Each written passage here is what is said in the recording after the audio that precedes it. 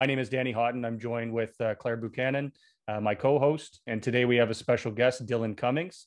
How are you both today? I'm doing fantastic. I am excited to talk some Paralympic wheelchair basketball with you guys. Perfect. And that's what we're going to do. We're going to break down the Paralympic wheelchair basketball tournament, both the men's and the women's side. Dylan, thank you again for joining us tonight. Can you tell us a little bit about yourself before we start into the conversation of both the men's and the women's sides? Yeah, sure. Well, first of all, thank you guys for having me. I really appreciate it. I'm Dylan Cummings. I am the English-speaking content producer for World Magazine, the world's only wheelchair basketball magazine. I've been working for them for 3 years as a freelance journalist. I am originally from Scotland. I got into wheelchair basketball in 2013, when I joined a club called the Carlisle Panthers, which is just in the north of England. Played there for 3 years, and then through my involvement with the Carlisle Panthers, they suggested that I try out for the Scotland under-19 junior team, and I did that in 2014 and got involved with the junior team from 2014 to 2017. And then in 2016, I started university. I went down south to the University of Worcester, which is where the GB wheelchair basketball program was based at the time. Studied my bachelor's in journalism. Played for the University of Worcester and Worcester Wolves from 2016 to 2019. And then from then, since 2018, I've mainly gone into the journalism side of wheelchair basketball and sort of stopped playing in the National League in 2019, and I've just been playing recreationally since then. But I've really forged a career for myself as a wheelchair basketball journalist, obviously working for both. So yeah, that's a little bit about me. That's awesome. That's awesome, man. So you mentioned you used to play wheelchair basketball as well. Yeah, I still play. I haven't trained since March 2020 because the lockdown's been strict in Scotland. I still play recreationally, just not in the league. Okay, perfect, cool. That's awesome. You're going to be a wealth of knowledge. We want to get started. Should we just jump right into the men's pool? We'll start with the men. I was telling Claire earlier, I'd like to leave the ladies bracket to last, kind of selfishly, because that's the one that I'm most excited about for selfish reasons, because my sister's in that tournament. So if we can maybe start with the men's pools. Do you have the pools in front of you, Dylan? Yeah, I do. I'll just get them up on my phone for 1 second. Yeah, not a problem. We'll start with Pool A. Right. Do you want me to read them out? Because I've got them written down as my predictions, but I don't want to spoil that too soon. So I'll try and read them out in just random order first. So in Pool A, we'll start with Pool A for the men. We've got Canada, Colombia, Japan, Spain, Turkey, and South Korea. Perfect. I'm glad you recognize those flags. I didn't know all of them when you put them in the emojis. I knew some, but I think I would have struggled. Good for you. That's good. And then in Pool B. Oh yeah, sorry. In Pool B, we have the US, Australia, Germany, Iran, Algeria, and Great Britain. Perfect. Okay, so going back to Pool A, from Pool A, because we want to break down. Let's say like the top 6 teams in the tournament, the ones that you really think are true contenders for medals, right? I know it's international competition; anything can happen. But based on your experience and your knowledge base, who in Pool A? Let's pick like the top 3 teams from each pool. Who in Pool A do you think are serious medal contenders in the men's bracket? Well, look, if I'm being brutally honest, I think Pool A is certainly the weaker pool for the men. I think Pool B is being regarded. I've heard some people call it the pool of death because the top 4 teams from the World Championships are all in Pool B. So anyway, going back to Pool A, I think Spain are really strong contenders. They've got a loaded squad. I would say the Spanish league is regarded as the best league in the world for wheelchair basketball. And yeah, they've just got a loaded team that's star-studded, mainly filled with all the top Spanish players from the top 3 Spanish teams. And then I would also say I think Japan are going into the tournament with how I'm trying to think of the word with momentum behind them, obviously as hosts. So right. Japan and Spain are the 2 that stick out to me in Pool A, and then I'd also have to throw in Turkey. Yeah, they're a little bit older. A lot of their players are like mid-30s, early 40s, but they've got a lot of experience, and you can't count them out. Okay, perfect. Any players that stand out? You talked about Spain and how Spain is a true contender. Any players on Team Spain that we should all look out for when watching the games? Yeah, for sure. I mean, there's so many to choose from. I'd say Asier Garcia, who plays for Bilbao in the Spanish Liga. They are current Spanish champions. He's been really dominant for Bilbao throughout the league. Obviously, Spain being lucky enough to have a league throughout the season, whereas many countries haven't. So yeah, he's been very dominant. Alejandro Zarzuela, Pablo Zarzuela have been dominant for Albacete and Madrid, respectively. They used to both play for Madrid, and then Alejandro moved over to Albacete this season, and they both continue to be stellar fixtures or stellar players within the league. I'm trying to think. There's a couple of younger players that are just coming through. Ignacio Ortega, he played half the season for Alabama, and then the other half of the season in Madrid. He's a young guy. I think he's about 21 or something. So he's sort of a player for the future. And then another one is Oscar Onrubia, 1.5 for Albacete. He got All-Star 5 at the Under-22 European Championships earlier this year, and he's made the senior national team. So yeah, those are just a few standouts for Spain. Okay, no, perfect. And if you want to talk about Spain, like what are their strengths? Are they just good overall, like offensively and defensively? What stands out to you the most? Yeah, I would just say that the depth within the roster is really the main thing. Okay, no, yeah, that was my next question was how deep can this bench, like how deep can they go on their bench? You see a lot of teams use only say 7 or 8 guys. So I'm just wondering what your opinion is on how deep of a bench Spain has. Yeah, I mean, I wish I still had the team roster in front of me, but yeah, they go pretty deep, and a lot of their players are well versed in playing big minutes in the Spanish league. So yeah, they're like you could start any of them and they'd all be ready to go and to play their best. Okay, so they're in Pool A. They're the team to beat in Pool A. They're going to be a hard team to beat. Yeah, well, yeah, I would say the majority would say that Spain would top Pool A. I initially had them topping the pool right up until the last minute, and then I changed my mind to Japan just because Japan have home advantage, and I think Japan have been training, I think, pretty much all year, but they haven't had a league, so like we really don't know what they can bring to how much they've improved since we've seen them last. Whereas Spain have had a continuous league. But yeah, I would say Spain are the favourites to top Pool A, but I've personally gone for Japan to come out on top.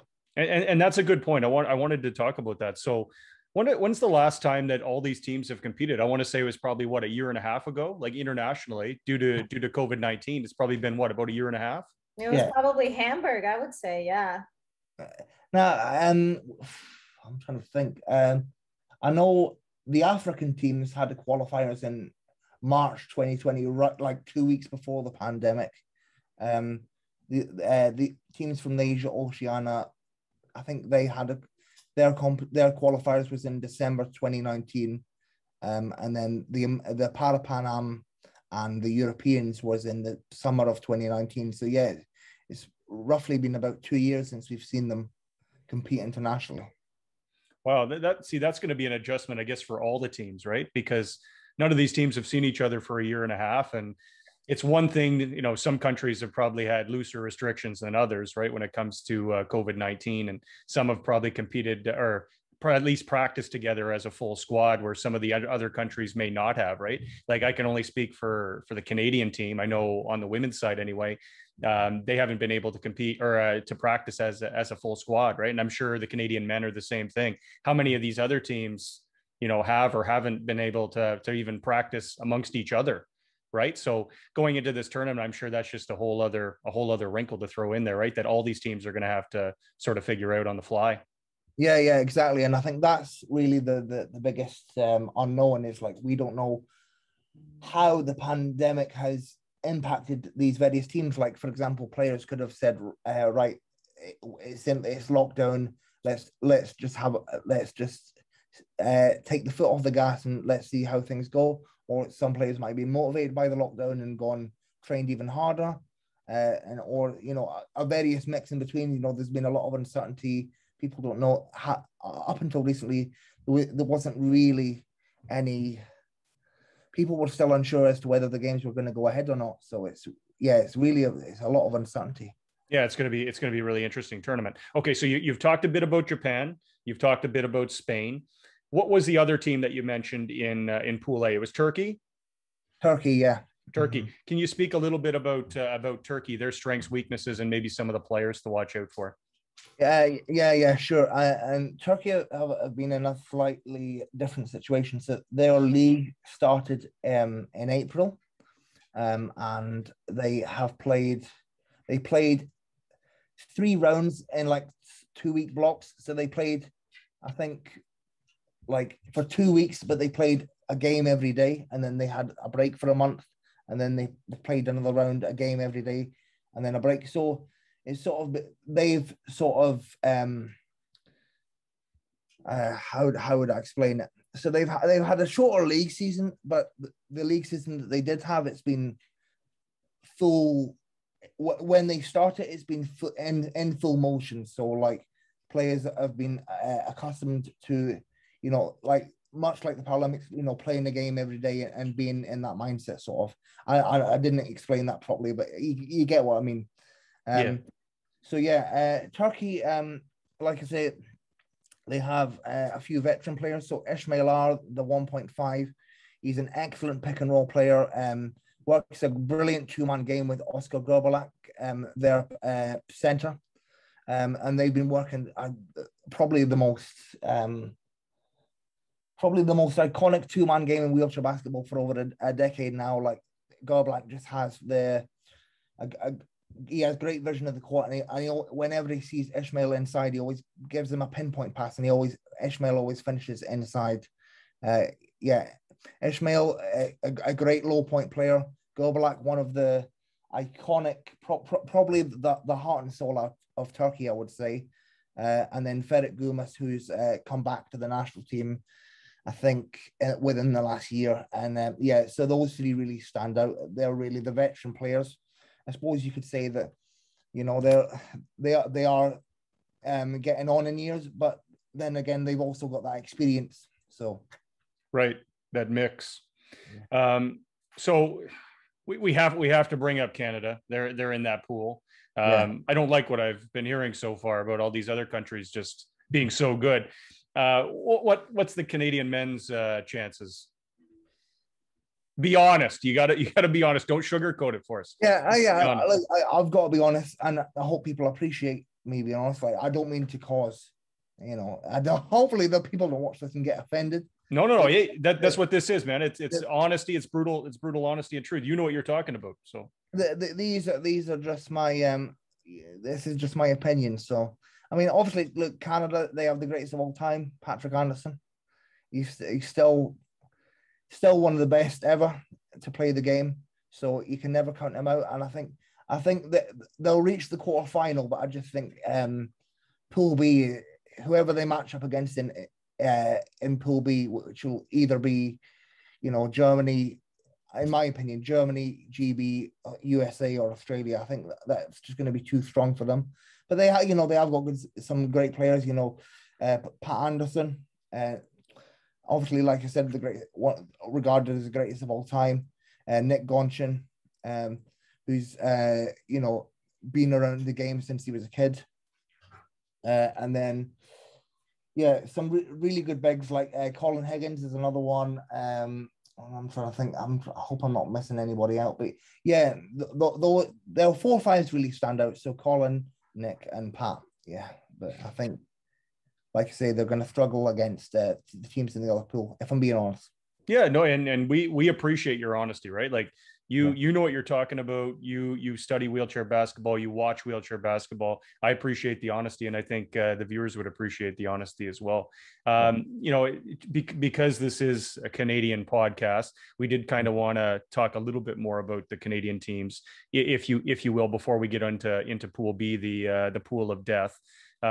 Would you say that the men's team is kind of in a bit of a retooling phase right now, the Canadian men's team?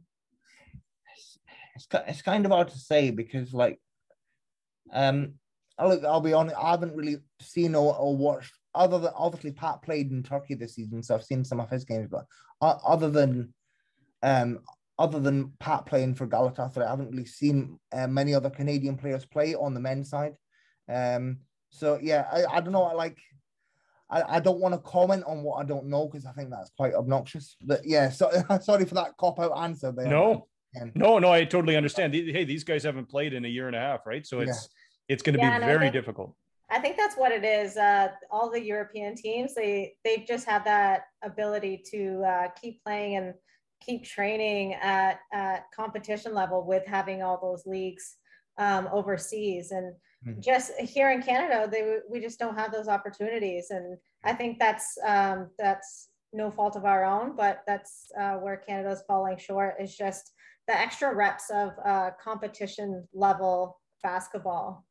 Yeah, from what I've been told, I know a lot of the guys that are based in Toronto were training in the Pan Am Center, but I've got no clue about the guy. I know they've all been training together in recent months. Yeah, they've been training at the Pan Am Center consistently, but at the same time, they've been playing against each other, right, this whole time. So there hasn't been that exposure to the other teams. They usually fly in Japan every year to play against them in a week, and they usually sometimes play against the Netherlands as well, leading up to tournaments like this. And they just haven't had those opportunities, and I think that's just going to wear them out, and where they're going to fall short. And as we all know, regardless of your sport, if you can't replicate competition, right? Practice is practice, kind of hones your skills. And I know there's a team dynamic and all that, and you can kind of practice running plays and all that, but you can't replicate competition, live competition, right? Especially on the world stage, when you're wearing your country's colors and you're representing that flag. There's no replicating that until you're actually in that battle, right? So, we appreciate the honesty. I just wanted to, give the viewers an insight into what they can expect from their Team Canada men's team anyway. So let's transition into Pool B. You said is the pool of death. Yeah. What team do you want to start with first? Do you want to start with the GB or? Yeah, I can start with GB. So obviously I know the GB setup very well. I'll just be honest. There's a few players that have dropped out for various reasons. I'm not going to go into that because I don't think it's my place to discuss. So the team is the team has got less experience on it than it has in recent years. But then saying that, the guys that they brought in, they're young guys. They're guys roughly about my age. So they're bringing in a lot of youth. So it's a very useful team, but they've also got that experience in there as well, like Garth Chowdhury, Teddy Bywater, all your, sort of your experts of the game really are still within that team. Obviously, I think they're coming into the Tokyo as reigning world champions, reigning European champions. So, it's they've got an expectation to continue that success, and I think they will. I think it is going to be a lot tougher because of the various players that have dropped out. But they still have a wealth of experience mixed with youth in that team. And as I say, I think all of their players have either been playing in Spain or Germany. So they've had that consistency of a season, that full long season. And they're playing so they've had that well-drilled environment leading up to the games. So yeah. Okay, perfect. Next up, you said USA was one of the contenders on the men's side as well. Did you want to sort of mention, talk about Team USA? Any players that kind of stand out there? Yeah, sure. So you've got I suppose the most obvious one is Matt Scott, widely regarded as one of the best players in the game today. Jake Williams, also widely regarded as one of the best. They've both been playing in Spain. I think Jake's been playing for Madrid, and Matt played for a team called Madiba. They've had fairly decent seasons. I think Madrid finished third in the Copa del Rey. And then other standouts, I would say Jorge Sanchez has been a big playmaker for Gran Canaria in Spain. So yeah, they're Steve Serio as well, who came back for Landell, and Brian Bell, who's also at Landell. They are, I think, they are the five that were playing in Europe this season. So as I say, like before, they've had a consistent season thereabouts. An unknown is Trayvon Jennifer, who's a great player, one of the best defenders ever. But he hasn't. I don't think America haven't had a full-blown league this season, as far as I'm aware. So it's really unknown. Well, obviously, he's still a great player, but it's unknown to see what the players that have remained in the US can bring to the table. So I think that's really exciting to see what they can bring. And then obviously Josh Turek and Mikey Pay have retired from club level, but they're still going to compete in Tokyo as sort of like a last hurrah. So obviously they're two legends of the game. They've been around for a long time, so it's exciting to see what they can bring to the table, since no one has really seen them two play at all really since last season. Okay, and thank you for that. And then on to, I think you said Australia, right?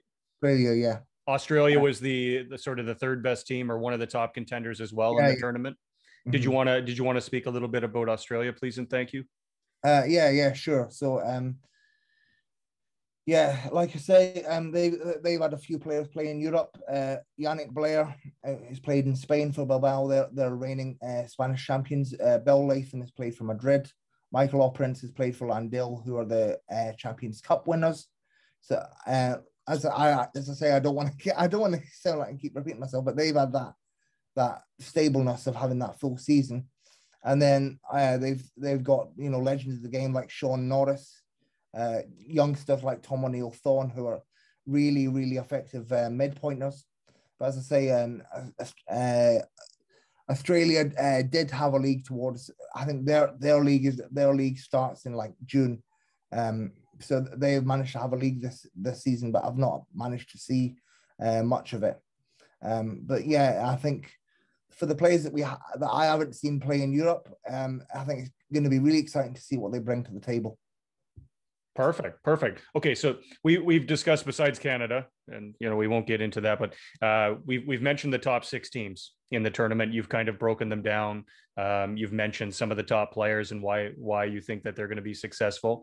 Let's get your predictions if we can. Let's see how you think this whole tournament's kind of going to shake out on the men's side. So did you want to kind of break it down, quarterfinal, semifinal, and then into the medal round, and kind of give us your projections there? Yeah, sure. But before I do that, I also want to mention Germany and Iran. I think they're two really strong sides that we can't leave out. I don't really know much about Iran's preparations, but obviously the German side of I've seen play throughout the season, and they're looking really strong. So yeah. But so with my predictions, did you say you want me to break it down: quarterfinals, semifinals, final? Yeah, however you think it would be best. I think, maybe because you're coming out of the group stages, right? You're coming out of the pools, Pool A and Pool B, and then I guess there's a crossover. Yeah.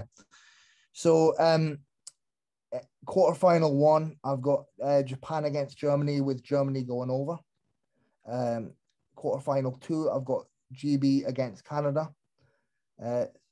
Sorry, I should. So Japan, who's I've got as number 1 in Pool A, against Germany, number 4 in Pool B. Quarterfinal 2, GB, who I've got number 1 in Pool B, against Canada, who's number 4 in Pool A. Spain, who I've got 2nd in Pool A, against Australia, who's 3rd in Pool B. And then USA against Turkey. USA, who I've got 2nd in Pool B, against Turkey, who's 3rd in Pool A. And I've got basically all the Pool B guys going through in the quarterfinal. I do think they're going to be very close matches. In particular, Spain against Australia and Japan against Germany. And then in the semi-finals, I'm not 100% sure that I've got these brackets correct, because I'm unsure. I've gone for so I'll try and explain this in a way that makes sense. So in the quarterfinals, you have 1 versus 4, 1 versus 4, 2 versus 3, 2 versus 3. So I've gone the winners of both 1 versus 4 games competing against each other in the. No, sorry.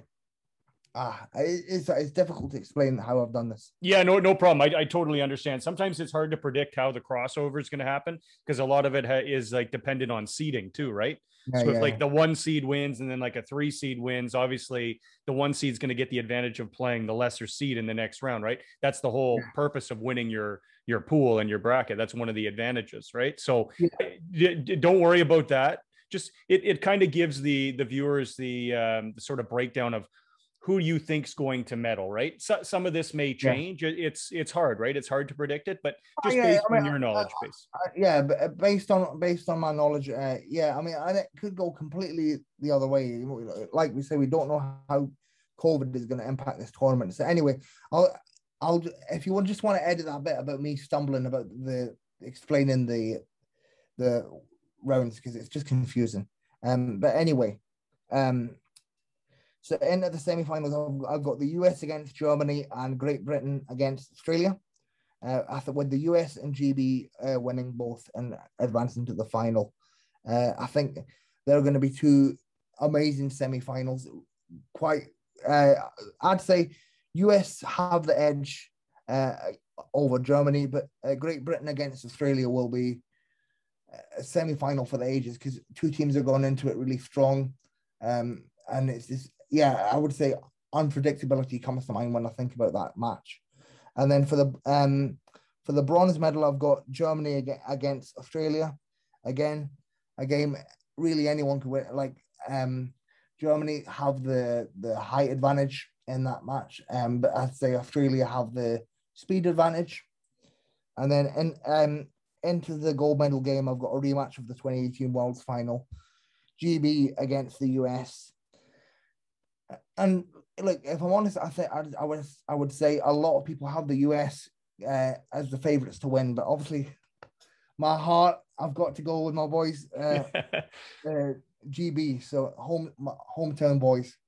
So now, are you thinking with your head or your heart? Because me, I don't know how much hockey you know, but I would always think that my Leafs are going to do something, and they don't. They always shit the bed. So, are you thinking with your head or your heart? I'll be honest. With that one, I'm thinking with my heart. Okay, no, just take the heart out of it. And I know it's hard to do. It's your home country. Do you if you had to put money on it, if you had to wager your house on it, if you owned a house, you had to wager your house on it, what team you think is going to win that gold medal? Heart out of it. and I'd be pulling for your team, just so you know, in that gold medal game. You know what? If the whole classification thing didn't happen this past couple of years, I would have picked GB winning this game. Yeah. But with that cutting them short, I think it's hard. I mean, you mentioned the classification thing, and that's a whole different story for a different time. But like you say, there's 3 players that have pulled out. But it's difficult because the players that are still there are still you know, players have had some of the most unreal seasons of their life this season. Do you know what? I'm willing to bet money on GB. All right. I like it. I like it. I saw the smile too. I love it. Yeah. I love it. The heart was battling with the head there. I love it. If that means gaining a few quid, losing a few quid, so be it. I'll put money on GB. Nice. That a boy. And we would be rooting for them in that matchup. That's for sure. I would be anyway. Sorry. I would be for sure. Okay. And any other comments? Any sort of last comments about the men's pool, the men's tournament before we get into the women's? No, I would just say I think the medalists are going to be the same from the world. So GB gold, USA silver, Australia bronze. Perfect. Thank you very much. That was really good breakdown of that. Thank you very much. Appreciate it. So let's get into the ladies side. This is the one that I've been waiting for selfishly, because I've got personal reasons with my sister playing for Team Canada. Let's look at Pool A then. Let's go through Pool A. Kind of give us your thoughts on Pool A, and maybe break down the top contenders, the top 3 contenders in that pool, and the ones that you think that are going to move on, and maybe kind of just give us some insight on some of the players, some of the highlighted players that we should watch out for. I think that'll be slightly easier to do because women's pools are slightly more balanced out on on both sides. So Pool A, teams to watch out for, I would say Great Britain again, Germany, and of course Canada. Perfect. And then Pool B, the world champions, the Netherlands, China, who came very close to medaling at the Worlds, and then USA, who are reigning Paralympic champions. And any players on any of the teams that really stand out? I know, again, I've only watched, I had the pleasure of watching Canada win the World Championships, the gold in the World Championships when it was in Toronto, and then I also watched them win the silver medal in the Pan Am Games. So I saw some of these teams live. Again, that was a few years back, but the Netherlands really impressed me. When I watched them, they were quite impressive. The way they can shoot the 3 ball and move the ball around, quite impressive. I'm sure it's still much of the same. But any players that stand out on either side of those pools? Any players that you want to specifically mention that we should all watch out for? Yeah, sure. So I'll start with Canada. I would say Aaron Young is really their main threat. I would say she's played professionally over in Germany this season. Probably the best 4.5 female in the world right now. And yeah, I think she's just really dominant in the women's game and has been over the last couple of tournaments. I believe she got MVP at the Pan Ams, but I'm not 100% sure on that. And then Katie Dandenau, another 4.5. I think last time I saw her play live was at the Worlds, and I think she was fairly new to the game at that point. She's just improved. The last time I actually saw her play was right before the pandemic in Osaka, and she's improved miles on miles. But as I say, I haven't seen her play since a year and a half basically, and then obviously Aaron has been playing throughout the season in Germany. And then the other one I would mention with maybe Cindy Ouellette or Ouellette. I'm not quite sure I'm still unsure how to pronounce it, but yeah, she's a veteran. I think she's heading into her 4th Paralympics. So yeah, I would say the 2 4.5s or the 2 main 4.5s, and then Cindy are going to be really dominant for Canada. Perfect. And I think you pronounced that correctly, Claire. I think you pronounced that correctly, right? Yeah, that is correct. Cindy Ouellette. And yeah, I think Katie Dandenau is going to have a great tournament. She's one of the players on the team that literally can shoot from anywhere. And just like Erin, they've kind of taken each other under each other's wings. So yeah, they're going to be a strong force, not just inside the key, but on the 3-point line as well. Perfect. I'd love to hear that. Love to hear that. Again, same thing we discussed on the men's side. these teams haven't competed together as a team, right? Like you mentioned that Aaron played in Germany. I'm sure there's some other ladies that were playing elsewhere, whether it be around the world or maybe even just training. I know my sister and a few of the other ladies training with obviously restrictions, a few of them anyway, training there in Scarborough, but going to be very difficult. Yeah, I guess in a tournament like this, you've got to come together quickly and hopefully gel, right? And just put your skill set together and work as a team. Do what you've practiced, right? Run your plays and work your ass off. Yeah, definitely. And I think Canada are going to come into this tournament really motivated, because I think they got fifth in Rio and they got fifth at the World Championships, and I think they're going into it as the current Parapan champions. So I think they're really motivated to finally get a medal at this Paralympics. Perfect, and I hope that happens. Clearly, you mentioned it was Germany, right? I know Germany is a strong team. Anyone that stand out on Germany in Pool A?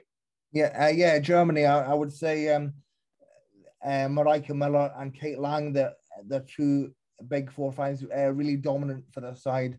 They were both dominant at the past couple of tournaments.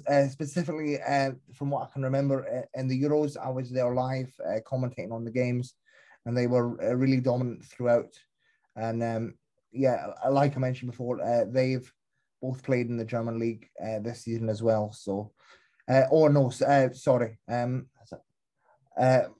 played in the league, and I think actually no. Can you edit that bit out, because I'm not entirely sure about Kate. So, but anyway, just to continue, Mareike Miller and Kate Lang have been two very dominant players for Germany. Last time I saw them play was at the Euros in 2019, and they were just on fire that tournament. The both of them, they really were really effective for Germany, and I think they'll continue to be effective at this Paralympics. Perfect. And then last but not least, in Pool A, your team. Yeah, great. Your home team. Yep. Yeah. Well, even though there's been no league in the UK, the GB women have been centralised the whole year in partly in Sheffield and partly in Loughborough. So I think they've all been centralised with the exception of Helen Freeman, who played in Germany this season, but then in the last few months she's went back into the centralisation when the league finished. But I think having that centralisation and being together around each other all the time and working on individual skills, team skills, all that sort of stuff is really strengthening their bond, and I think they're going to continue to be a strong force in Tokyo. I know it's been slightly different for them because with the whole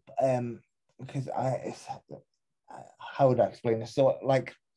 So in March 2020 till September 2020, there was a full lockdown in the UK, and players had to do home workouts and do training outside. And then in September, we had this thing called the Elite Sport Dispensation, where elite athletes were allowed to go back indoors and train.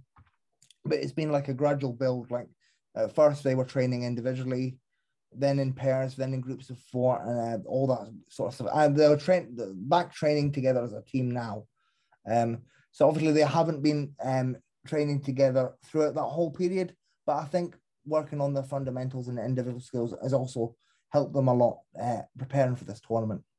Absolutely, and that's going to be an X factor, right? You mentioned it. Similar sort of restrictions up here. Our countries sound like they took things extra cautious, which is good.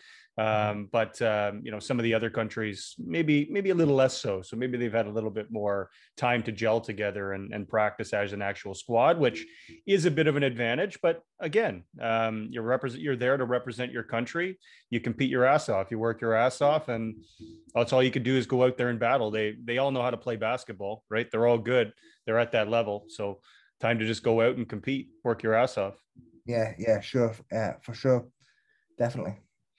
So moving into Pool B, is it the Netherlands that you pegged as as the top team in Pool B, right? The women's Yeah, side. yeah. And if I'm honest, I think Netherlands are going to win it, just like they've done the Euros and just like they've done the Worlds. I think they're so dominant. A really great coach in Gert-Jan van der Linden, and yeah, I don't, no disrespect to any other team, but I just don't see any other team stopping them. I think they're just, and I'm not entirely sure, but obviously Netherlands is a fairly small country, so I think for them training together hasn't been that much of an issue. I think, and a large part of the reason why they're so dominant is because of Mariska Bayer. I would say is the best female player in the world. She's just, I think she averages like between 25 to 30 points a game, and it's just so dominant for her team, and it is well deserved of being called the best in the world. Yeah, and I know they're a huge 3-point shooting team. They're kind of elite at that. Watching them was quite incredible when I saw it in person. My jaw dropped a few times. Like, holy shit! Like, how are you going to stop that right from the perimeter? It's difficult, very difficult. Who did you peg again as the second best team in Pool B? Yeah, I think China is going to be the second best team in Pool B. To be honest, I can't really tell you much about their individual players wise, because I'll be honest, I don't know much. But all I can base it off is their performance at Worlds, which I saw, and I thought they were really dominant with the press, and just in team wise they had great chemistry. And I think they were a real dark horse at the Worlds, and I think they'll continue to be a dark horse going into Tokyo. And obviously, the reigning Asia Oceania women's champions as well. So. Perfect. And last but not least, it's the USA, right? They're also one of the top contenders. Yeah, I would say so. In Pool B, I think they're not as strong as what they were in Rio. I think they're going through a rebuilding process, but one player that sticks out is obviously Rose Holloman. She's on track to her third Paralympics, I think, and she's had a really great season in Gran Canaria in Spain, being really dominant in a male dominated league, and really held her own. And in my opinion, she was one of the all-star 5 members of the Spanish league this season. So I think, yeah, she's going to be really dominant for her country at this Paralympics. Okay. And so did you want to break down maybe what you project in the quarterfinals, semifinals, and then into the medal round for us, please? And thank you. Yeah, sure. No problem. Okay. So for the quarterfinals, I've got Canada against Spain, with Canada going over. Netherlands against Japan. Netherlands coming out on top. USA against Germany, with Germany edging out USA. I think that's going to be the closest. Is that right? No, yeah, well, that's going to be one of the closest quarterfinals. And the other close quarterfinal, I've got China against Great Britain.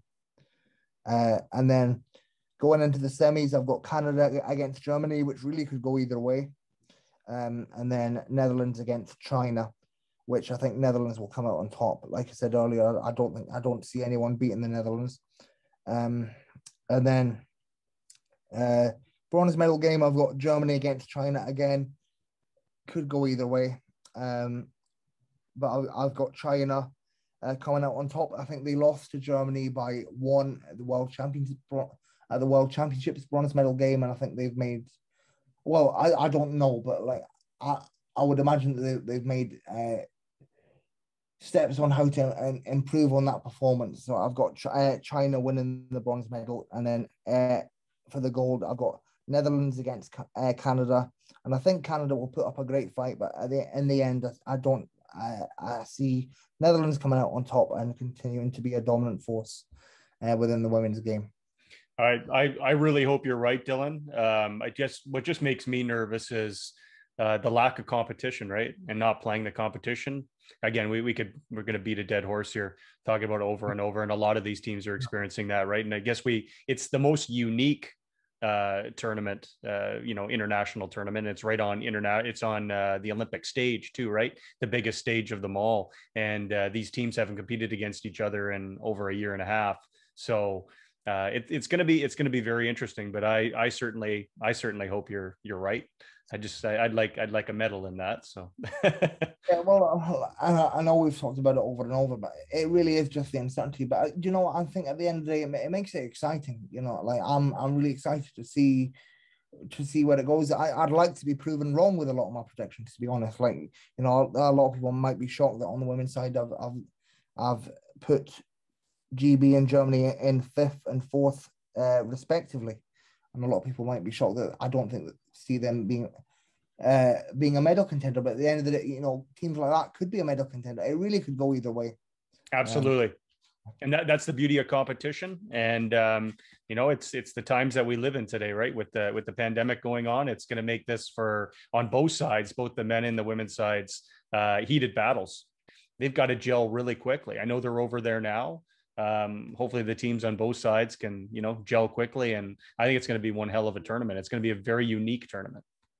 Yeah, for sure. And like you say, like, yeah, the last major international tournaments were really in the summer of 2019. And I think there was a few like friendly, I don't know what do you want to call pre-tournament. I wouldn't even say it, but like you know, warm-up tournaments. There were a few warm-up tournaments in February 2020, but then sort of the world shut down, and there's not that. But you know, obviously people have been playing warm-up tournaments against certain teams this summer, but it's not as, like, for example, Spain, Germany, and on the men's side, Spain, Turkey, and Germany and Netherlands have been playing warm-up tournaments. But usually the warm-up tournament would feature more teams because of the certain restrictions and the travel and the COVID safety protocols, whatever you want to call it.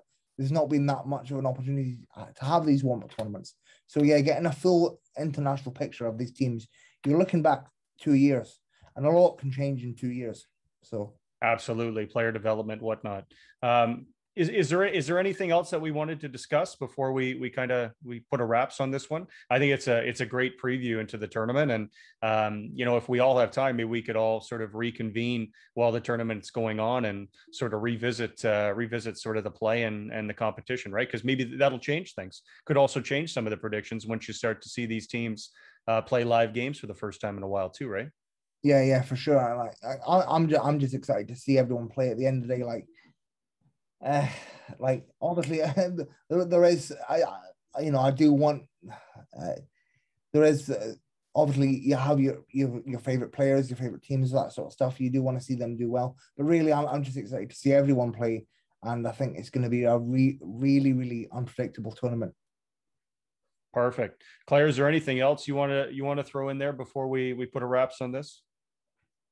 Just like you said, I'm excited to finally watch a full international tournament of wheelchair basketball. We haven't had that in a long time, and yeah, I'm excited.